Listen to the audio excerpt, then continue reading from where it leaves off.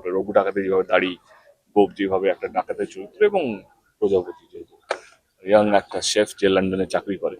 তো ওইটা ছিল লাস্ট ইয়ারের ক্যালেন্ডার। এই 2026-এর ক্যালেন্ডারটা একটু একটু একটু দেবেছেন একটা হিসেবে কঠিন, কারণ এই চরিত্রগুলো আমি বেছে বেছে সবারই জানা উচিত বা দেখা উচিত। সেই গল্পটার আজকে মুহূর্ত হলো, পরশু দিন থেকে আমরা শুটিং শুরু করবো।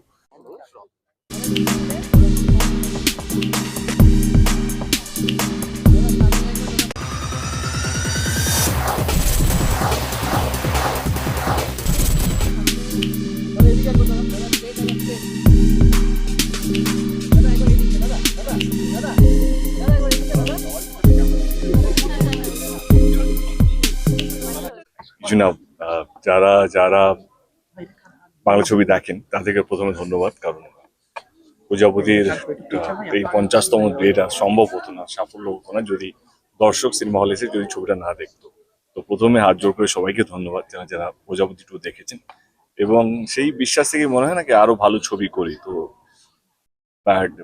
বাইক অ্যাম্বুলেন্স দাদা সেরকমই একটা প্রচেষ্টা দেব এন্টারটেইনমেন্টের পক্ষ থেকে এই বছর যে ছবিটা রিলিজ হবে যেন অন্যভাবে দেবকে দেখা যায়, এবং এমন একটা গল্প যেটা বাংলার গল্প, এমন একটা মানুষের গল্প যেটা আমার মনে হয় সবারই জানা উচিত বা দেখা উচিত। সেই গল্পটার আজকে মুহূর্ত হলো, পরশু দিন থেকে আমরা শুটিং শুরু করবো। তো finger cross, hope for the best. মাঝখানে রেকিও করেছিল শুটিং। আমার অনেক দিন এই ছবিটা অনেক রেখি, অনেক কিছু চলছে, কারণ ইটস ভেরি কি বলবো স্পেশাল সাবজেক্ট, এবং we don't want to go wrong. আমাদের টেকনিক্যাল টিম, কারণ রাস্তা, ওরকম রাস্তা, ব্রিজ, জল, মানে যেহেতু পুরো নর্থ বেঙ্গলেই শ্যুটটা হবে, সেই অ্যাম্বিয়েন্সটা যেন লোকে যেন ওই ওয়ার্ল্ডটাকে বিলিভ করতে পারে একটা সময় সত্যি এটা হতো। তো তার জন্য একবার নয়, আমরা কয়েকবার একই করতে গেছি, আবার যাবো। তো finger cross, we are very excited as a team. দেবদা নিজেকে চাইছে আলাদাভাবে ফিরে আসতে।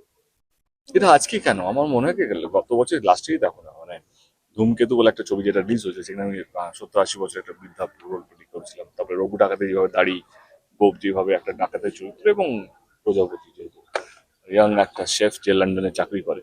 তো ওইটা ছিল লাস্ট ইয়ারের ক্যালেন্ডার। এই 2026-এর ক্যালেন্ডারটা একটু একটু একটু দেবেছেন একটা হিসেবে কঠিন, কারণ এই চরিত্রগুলো আমি বেছে বেছে নিচ্ছি। It's not going to be easy for them. তো নিজেকে সেই রূপে যেন মানুষের সামনে নিয়ে আসতে পারি, দর্শকদের সামনে নিয়ে আসতে পারি, সেটাই প্রচেষ্টা। এবং তার জন্যই লুক তৈরি করা, এখন এই লুকটা এখন বেসু 7-এর জন্য ভাবনা চিন্তা চলছে কি এমন একটা লুককে নিয়ে আসবো যেটা হয়তো দেব আগে করেনি। গোল্ডেন টিকিট নিয়ে ইতিমধ্যে যে উত্তেজনা আমরা দেখেছি। আমাকে আমাদের যিনি শতদীপ, যিনি আমাদের ডিস্ট্রিবিউটর, তিনি যেদিন গোল্ডেন টিকিটটা ডিস্ট্রিবিউট হচ্ছিল, তিনি আমাকে বিকালবেলা ফোন করেছিলেন। তাকে আমরা বাবাই বলেই রাখি। বাবাই ফোন করেছিল, বাবাই বললো দাদা মনে হচ্ছে আজকে ছবিটা রিলিজ হয়ে গেল। মানে যেভাবে টিকিটে নিয়ে যে গোল্ডেন টিকিট কোথাও কাউন্টার খুলতে একটু দেরি হয়ে গেছে, বা সামহাও একটু দেরি করে পৌঁছেছে, মানুষের যে ভালোবাসা, আবেগ, টিকিট কেন এখনো পৌঁছয়নি, মানে এটা একটা আইডিয়া ছিল। আইডিয়াটা যে মানুষের এত ভালো লাগবে, আমরা এইভাবে সারা পাবো, যেটা আমি ভাবতে পারিনি। তো দেশু 7-এর পক্ষ থেকেও সবাইকে, যারা যারা গোল্ডেন টিকিট কেটেছেন তাদেরকে ধন্যবাদ।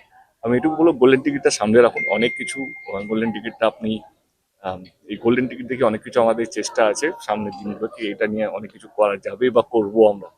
দেবদা তুমি নিজে কখনো একা এগোতে চাওনি, সবাইকে নিয়ে এগোতে চেয়েছো, তার জন্য অনেক মানুষের ভুল ত্রুটির কথা তুমি নিজে ক্ষমা চেয়েছো। অনির্বাণদার রিসেন্টলি যেটা রিপ্লাই, যে কেন ক্ষমা চাইবে আমার জন্য, এবং আমি কি ভুল করছি, কি বলবে দেবদা এটা?